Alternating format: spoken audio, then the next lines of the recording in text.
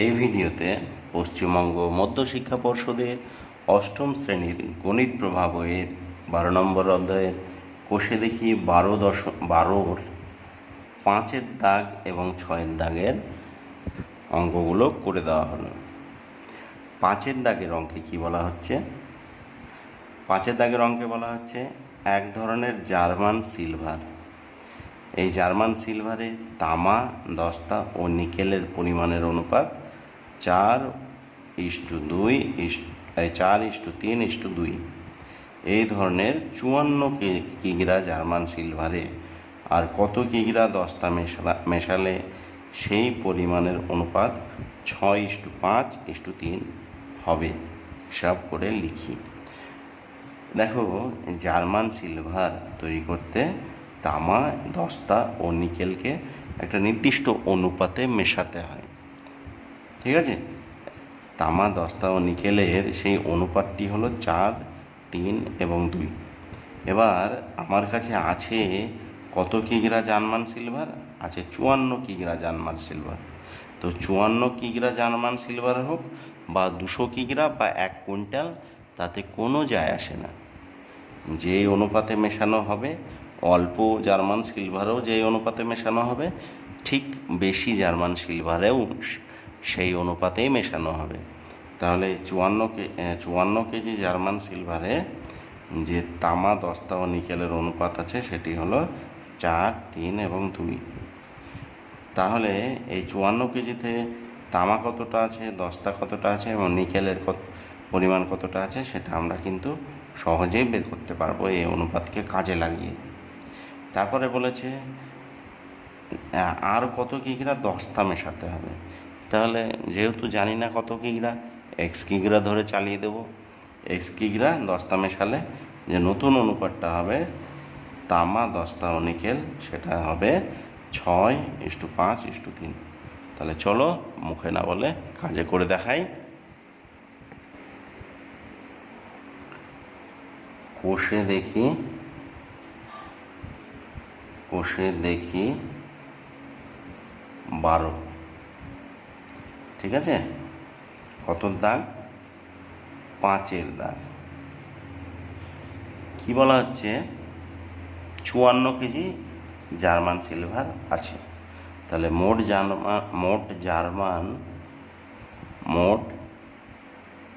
German সিলভারের পরিমাণ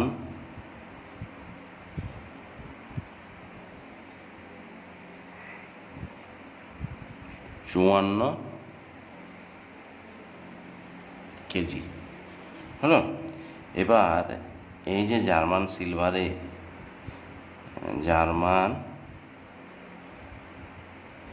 সিলভারে কি কি আছে? তামা আছে, দস্তা আছে ও নিকেল আছে। নিকেলের একটা অনুপাত আছে, সেই অনুপাতটি লিখবো আমরা।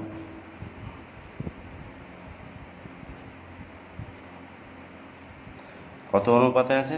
4, 3 আর 2 অনুপাতে আছে। 4:3:2 অনুপাতে। তাহলে জার্মান সিলভারে তামা, দস্তা ও নিকেলের অনুপাত হলো এইটা।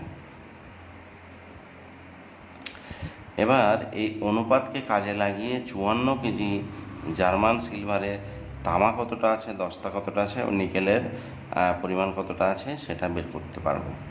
তাহলে আমি একটু শর্টকাটে করে দিচ্ছি, ছোট করে একটা লাইন লিখতে হয় আনুপাতিক ভাগহার, সেই লাইনটা আমি আর লিখবো না। ঠিক আছে? না লিখলেও হবে। তাহলে আমরা লিখব 54 কেজি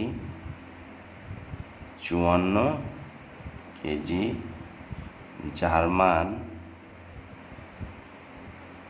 সিলভারে প্রথমে তামার কথা বলা হয়েছে, তাই তামা লিখব। তামা আছে। দেখো, আমি বলেছিলাম যে আনুপাতিক ভাগহার বলে একটা লাইন লিখতে হয়, যে জার্মান সিলভারের তামার আনুপাতিক ভাগহার দস্তার আনুপাতিক ভাগাহার, নিকেলের আনুপাতিক ভাগাহার ওই লাইনগুলো লিখছি না, কিন্তু আনুপাতিক ভাগাহার বলে যেটা লিখতে হয় সেটা কিন্তু এখানে লিখছি। ঠিক আছে, দেখো 54 কেজি আমার হচ্ছে জার্মান সিলভার, তাতে তামার যে ভাগহার সেটা হবে, তামা প্রথমে আছে 4 আর নিচে 4 আর 3 7 আর 2 9 কিগ্রা, কিগ্রা বা কেজি। ঠিক আছে, এবার 9 দিয়ে এটাকে কেটে দাও, 6 9 54, তাহলে 9 ঘর নামটা 6 বার পড়লাম, 54 হয়ে গেল, 6 লিখে দিলাম। 6 এবং 4-এর মাঝে গুণ চিহ্ন আছে, অর্থাৎ 24 কিগ্রা। তাহলে 54 কেজি জার্মান সিলভারে তামা আছে 24 কিগ্রা। আচ্ছা, তাহলে 54 কেজি জার্মান সিলভারে এই যে তামার পরে কি আছে, দস্তা। আচ্ছা, দস্তা কতটা আছে বলতে পারো? হ্যাঁ, আমি জানি তোমরা অনেকেই কিন্তু বের করে বলতে পারবে হিসেব করে। তাহলে চলো তোমরা 54 কেজিতে দস্তার যে আনুপাতিক ভাগহার সেটা হলো দস্তা, এটা তামা, এটা দস্তা। তাহলে দস্তা হলো, দস্তার আনুপাতিক ভাগহার হলো 3/9, ওপরে 3 আর এগুলো সব কটা যোগ করে নিচের 9। তাহলে 9-এর ঘর নামটা 6 বার পড়লাম, তাহলে 54 হয়ে গেল। তাহলে 6 আর 3-এর মাঝে কি আছে, গুণ চিহ্ন, তাহলে গুণ করে 18 কিগ্রা। একইভাবে 54 কেজি জার্মান সিলভারে দেখো তামা দস্তা, তারপরে আছে নিকেল। এই যে তামা দস্তা নিকেল আছে, তাহলে নিকেলের পরিমাণটা আমরা বের করব। নিকেলের পরিমাণ কতটা হবে? আচ্ছা, এখানে আছে লিখেছি, এখানে পরিমাণ লিখেছি। আচ্ছা, এখানেও আছে লিখে দিই, নিকেল আছে। ঠিক আছে, এই কার্ডটা কেটে দাও, নিকেল আছে। তাহলে মোট জার্মান সিলভার সেটা প্রথমে বসবে 54 গণিত নিকেলের আনুপাতিক ভাগাহার কত আছে, 2/9। তাহলে 2/9, 9-এর ঘর নামটা 6 বার করলে 54 হয়। তাহলে 6 আর 2 গুণ করলে কত হবে, 12 কিগ্রা।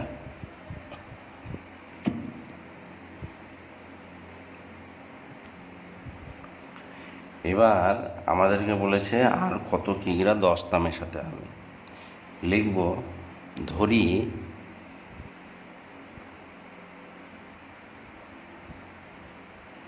দস্তা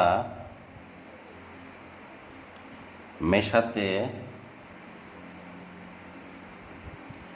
হবে x কিগ্রা।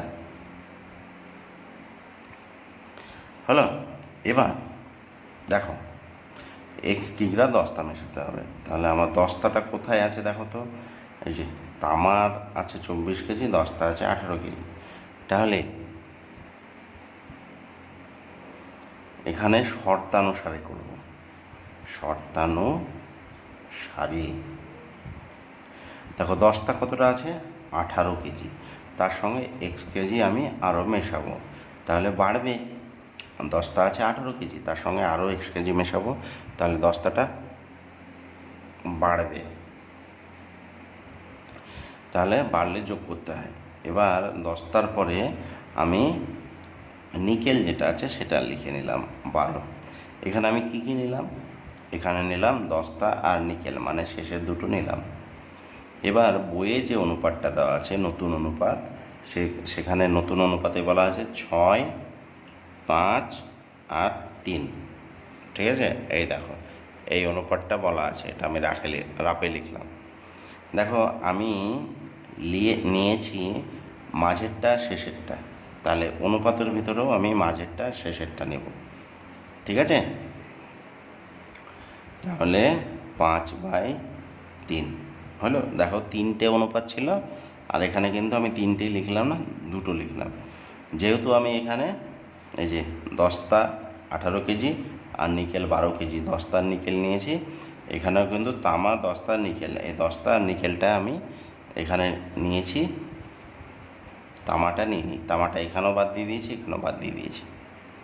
ঠিক আছে, তাহলে এবার কি করব দেখো, এক্সের মান বের করতে হবে। এইভাবে এক্সকে ফেলে রাখা যাবে না, এক্স মানে কত সেটা দেখাতে হবে। তাহলে 3 আর 18 দিয়ে গুণ করলে 54 হয়ে গেল, প্লাস 3 আর এক্সে গুণ করলে 3x হয়ে গেল, সমান 5 12 60, বা 3x সমান সমান 60, এই 54টা প্লাস চিহ্ন আছে, এদিকে এলে মাইনাস চিহ্ন হলো।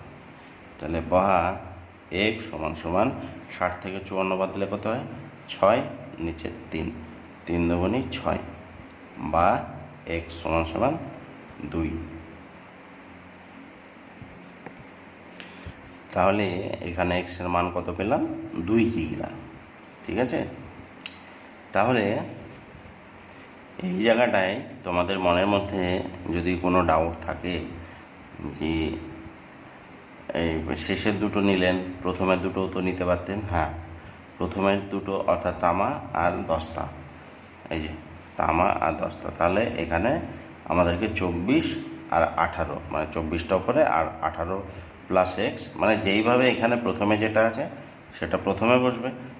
এখানে এই দুটো ধরেছি, তাই দস্তা প্রথমে আছে, তাই দস্তাটা উপরে আর নিকেলটা নিচে লিখেছি। যদি আমরা এই দুটো, এই যে প্রথমকার দুটো ভালো করে দেখো, এখানে তিনটে আছে, তামা দস্তা নিকেল।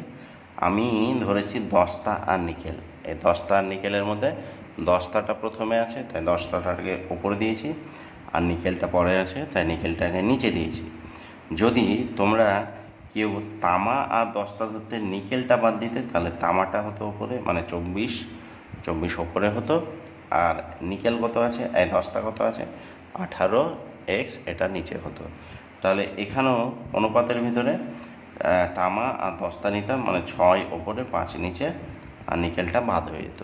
ঠিক আছে, কোনো অসুবিধা নেই, উত্তর কিন্তু একই আসবে। আশা করি অঙ্কটা বুঝেছ। তো শেষে কি লিখতে হবে, যে আরও 2 কিগ্রা দস্তা মেশাতে হবে। অতএব আরও 2 কিগ্রা দস্তা মেশাতে হবে। আশা করি বুঝতে পেরেছ। পরের প্রশ্নে 6 নম্বর দাগে কি বলা হচ্ছে দেখো, 6 নম্বর দাগে বলা হচ্ছে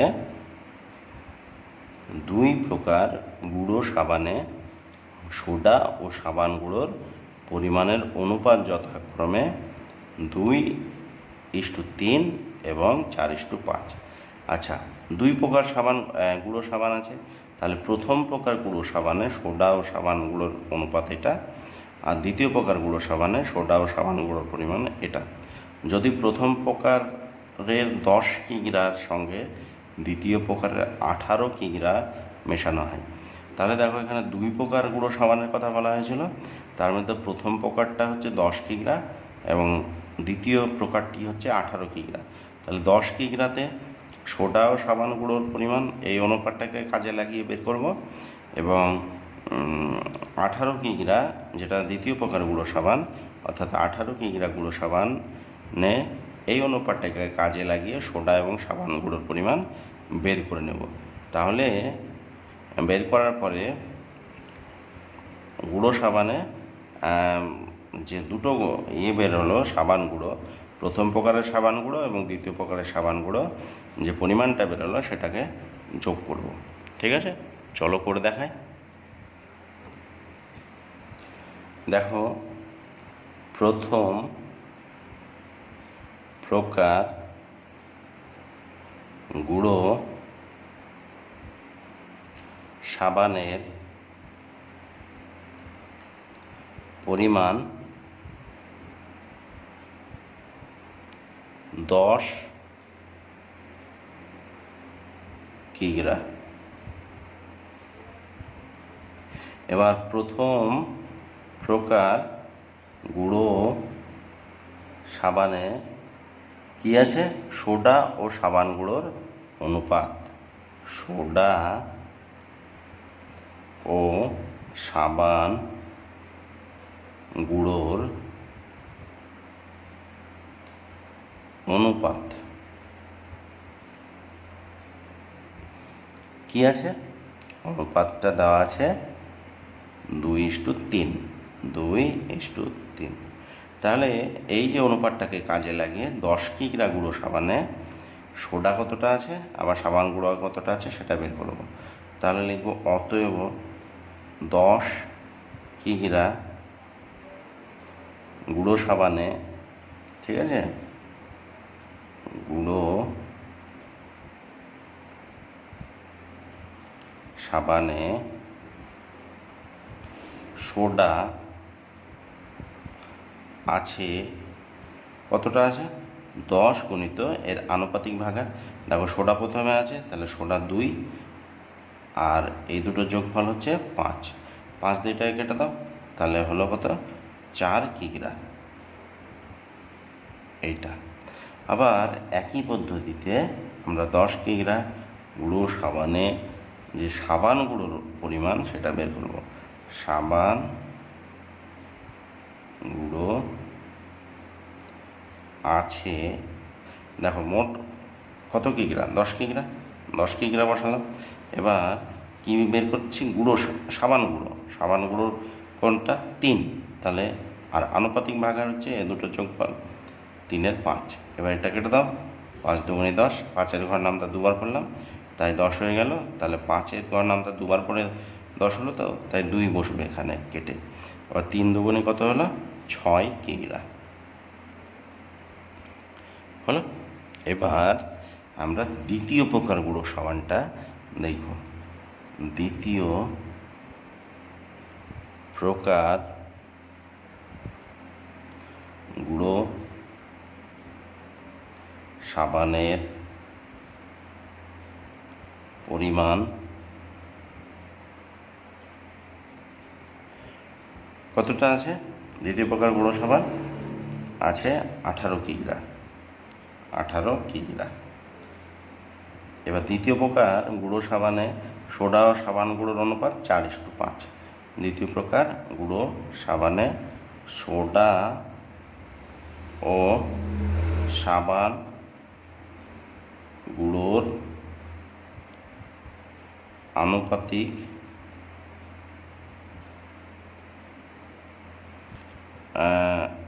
আচ্ছা, আনুপাতিক নয়, অনুপাত। অনুপাত কত আছে বইয়ে? দেখো 4:5 আছে। তাহলে 18 কিগ্রা গুঁড়ো সাবানে সোডা কতটা আছে, সাবান গুঁড়ো কতটা আছে, সেটা আমরা এই অনুপাতকে কাজে লাগিয়ে সহজেই বের করব। তাহলে লিখব 18 কিগ্রা গুঁড়ো সাবানে সোডা আছে 18 গুণিত, এখানে সোডা দেখো প্রথমে আছে মানে 4 উপরে, আর এই দুটো যোগফল নিচে। একই পদ্ধতি, 9 ঘর নামটা 2 বার করলে 18 হয়। তাহলে 2 আর 4-কে গুণ করলে 8 কিগ্রা। তাহলে 18 কিগ্রা গুঁড়ো সাবানে সোডা আছে 8 কিগ্রা। এবার একই পদ্ধতিতে 18 কিগ্রা গুঁড়ো সাবানে সাবান গুঁড়ো কতটা আছে? সাবান গুঁড়ো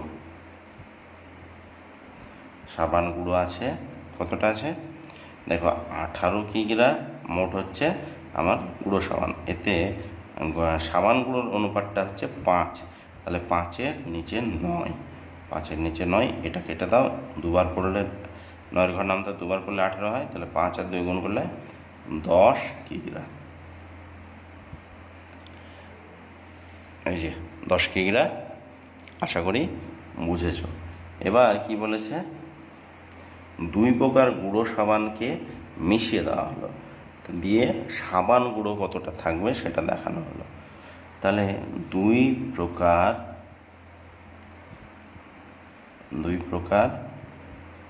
গুঁড়ো সাবানে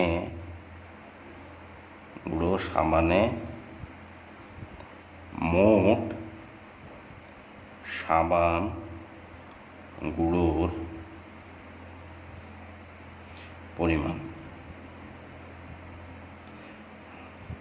তাহলে দেখো প্রথমে যে প্রকারটা ছিল সেখানে সাবান গুঁড়ো আছে 6 কেজি, আর পরেরটায় সাবান গুঁড়ো আছে 10 কেজি।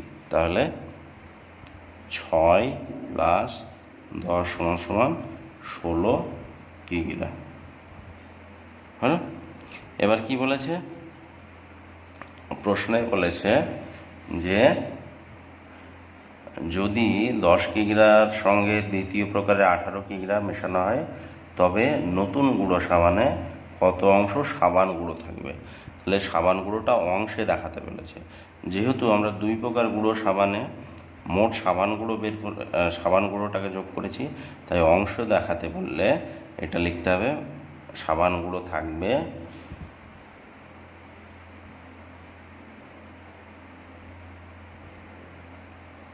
দেখো আমার মোট প্রথম প্রকার ছিল কত কিগ্রা, প্রথম প্রকার ছিল 10 কিগ্রা, দ্বিতীয় প্রকার কত ছিল 18 কিগ্রা। এই 10 কিগ্রা আর 18 কিগ্রাকে যোগ করলাম, ঠিক আছে।